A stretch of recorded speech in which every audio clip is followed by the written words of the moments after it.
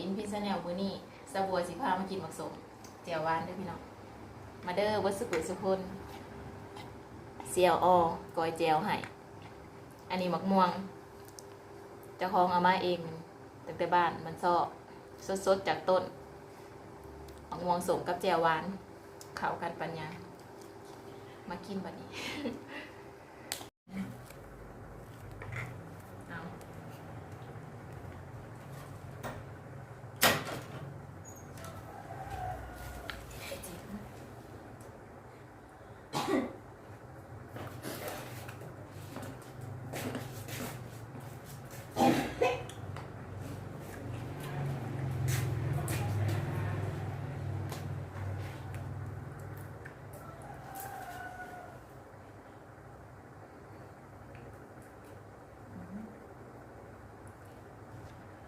บริส่วนมองกับคนมาแล้วส่งห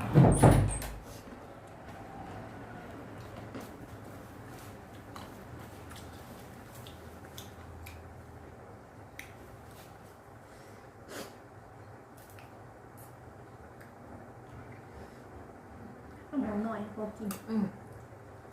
แต่มือได้เลย วัน นี่ ครับ เอาอันนี้ มาเด้อมาเด้อ เดียวก็ มัน ไม่สิ เดี๋ยวเพิ่ม ถือเลือก นี่หันมาตรง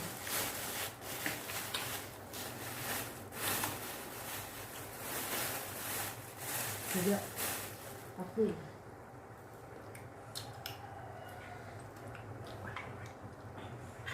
ถือแป้งเจียว ที่เดินมาเดินมาเดินเหนียวจืดจ้วย เผ็ด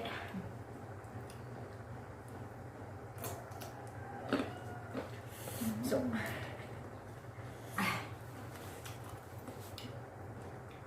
วานๆสม ตัวมันจะใส่ดีเลย ๆมาแต่หน้าเอง ตัวไปคนหน้าคุณนะกินเนี่ย บอกว่าน้องเอามา หมาใหญ่เนาะ อืม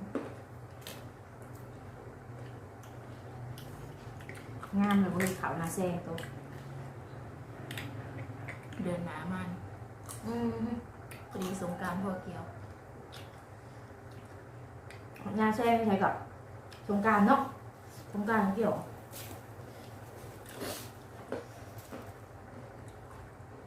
ไม่ได้ดิ่งสงกรารบ่เฮ้ยเดี๋ยวไปเกี่ยวขาวหรือแบบเกี่ยวแล้วเลยจังสงกราร แต่แบบปีสงกรารไปเกี่ยวเขาว ตัวเขาได้ยังได้ไปดิ่งน้ำเนาะเองไป เป็น เกี่ยว มือสุดท้ายถึงมือหักแรงไป ตัวละ พอดีปั่นเขาวแล้วกับเมื่ออาบน้ำไปสงพระ หน้าดุดใหม่มันแห้งสิงามเลย ยัง ย่างบอก มันบ่งามมันเป็นหน้าเอือดวนดูไหม หน้าเอือบขาดน้ำก็ได้ไหม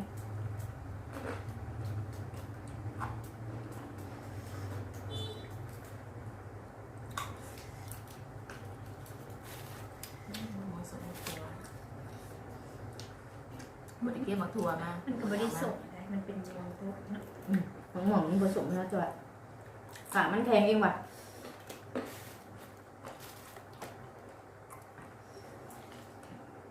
บุญค่ะวันที่ที่7ที่8ที่7นะโฮมค่ะเห็นน้ำกระปุ่นมันหอน ไม่มี เห็นน้ำกระปุ่นมันหอน ไม่เผ็ดละ ไปโซนเองเลยเนี่ยเป็นสีเย็นเห็ดหนังกระปุนกันเห็ดเป็นเชซูอีเมกิ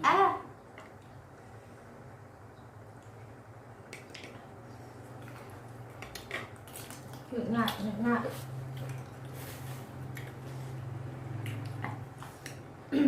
เอา11,000พ่อนะเฮ้ยเมื่อหอดมันสู้กับเห็ดโลดเองว่ะมือโฮมมันจังบ่วุ่นวายเนาะแม่มาเมื่อบ่เข้า มันเศร้าอ่ะ โฮมมันเศร้า พอดีมันถือวันที่8 เดือน 3ที่บอก เออ กระพัก วันที่8 เดือน 3หาห้องพัก วันที่8ถือวันอาทิตย์ได้บัวใส่บาตร เดี๋ยว วั เจ น อวันจันทร์เนี่ย ใส่บาตรนั่นวันที่8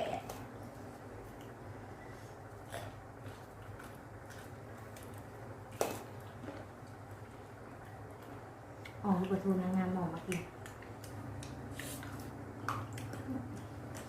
ชม ในโรงเรียนเขากินละ พอดีกิน กั กัน น ห เย็น น่อยกัน เอาไปได้ หนังเย็น เฮ็ดเดียวเอ้ย พริก เพิ่งมาพริกดิบมาถึงหานางเห็ดค่ะ ตำหัวปักบัวว่าน้ำตาแตก หายไปเบิด เต้น ไอ้หนังแกบุกอย่างเงี้ยหายงั้นมา ตำเอา เพิ่งจำเพิ่งซอย ซอยมาแล้วมาตำหมูไว้ เสียตา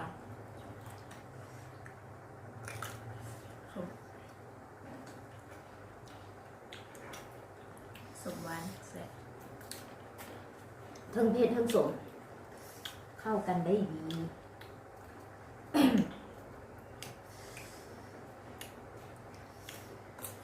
เดี๋ยวที่ตัวซื้อมาผิดอะไรมาผิดดิบบ้านมึงเขาขายในสวนฮะโลโลเท่าไหร่ซื้อมาเลยโลแล้วถือเท่าไร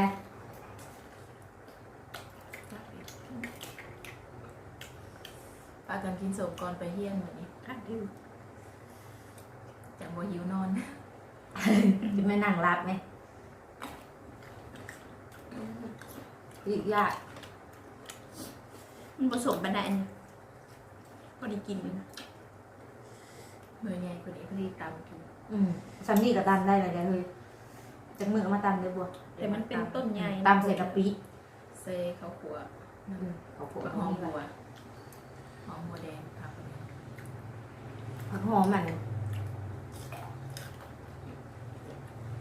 ข้าวบัวใหม่เนาะ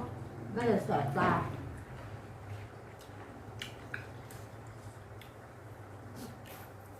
ข้าวผัดจะมีเลยในหม้อ หมดตัวนี้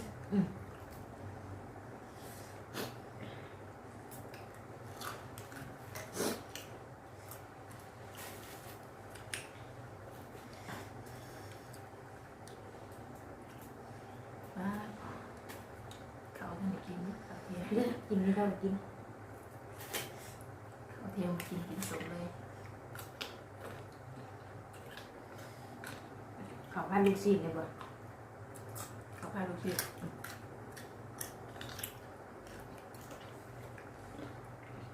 บอกดีเมื่อเฮือนเย็นเย็นนะ นี่เย็นเลยเนาะเฮ้ย แบบฝน ขนาดนี้นี่มีบ่อนบางมันยังเย็นเอ๊ะว่ามีบ่อนตกแล้วมันจะเย็นหอดเฮา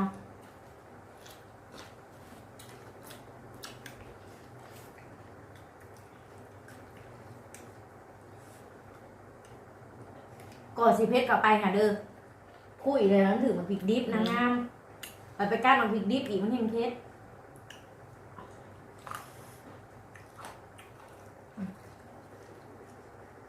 มองอะไรจะ ทงหาพันพอกินบักกะลาย มองกระซอง ชื่อนะวันทงหาท่านแบบเป็นถ่ายอีกทางว่านนี่กะเขาก็หอยคายค่ะ มันเริ่ม บริอึดเฮ้ยบริอึด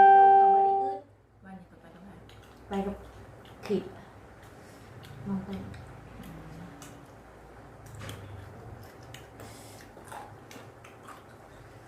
คนเวลาไปไหนเดินเลยบ้านคือตอนมาไปตะกี้คนไปบอก เอาสวมเมื่อกี้เดี๋ยวมันก็งานบุญหลายไปกันไปกันทุกที เฮ็ด ข้าวเจียว มื้ออื่นเสียดยังกินก็ เห็ดพันกับปุ่น จะพันกับปุ่นกินหมดเลย เอา ที่ว่าพันว่าเนาะก็สลัดปลูกเองเลย ผักสลัดปลูกเอง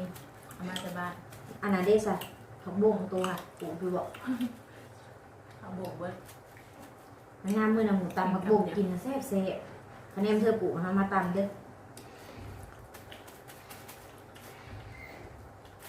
เนื้อกับปุ่นใส่ยังนี่แต่แซ่บ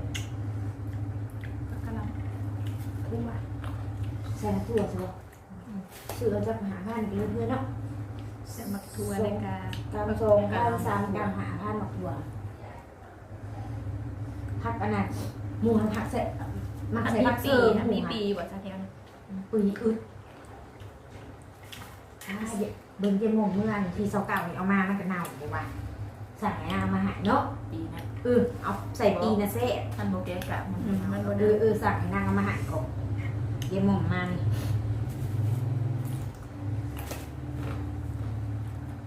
เป็นถอยได้เยอะนี่ง่ายกินดี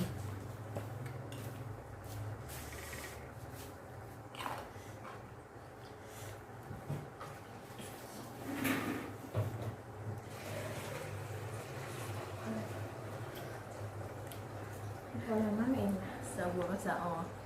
กินผสมกินสองคน เจ็บ แข่งกันแล้วกินสองคน ว่าสิเอามันให้เขาอีกมาแรงมา จะผักสลัดมาให้เบิ่งนี่ได้จะให้เบิ่งผักสลั เอา ด พัสดุลงเลย ปลูกสดๆเก็บมาสดๆจากสวน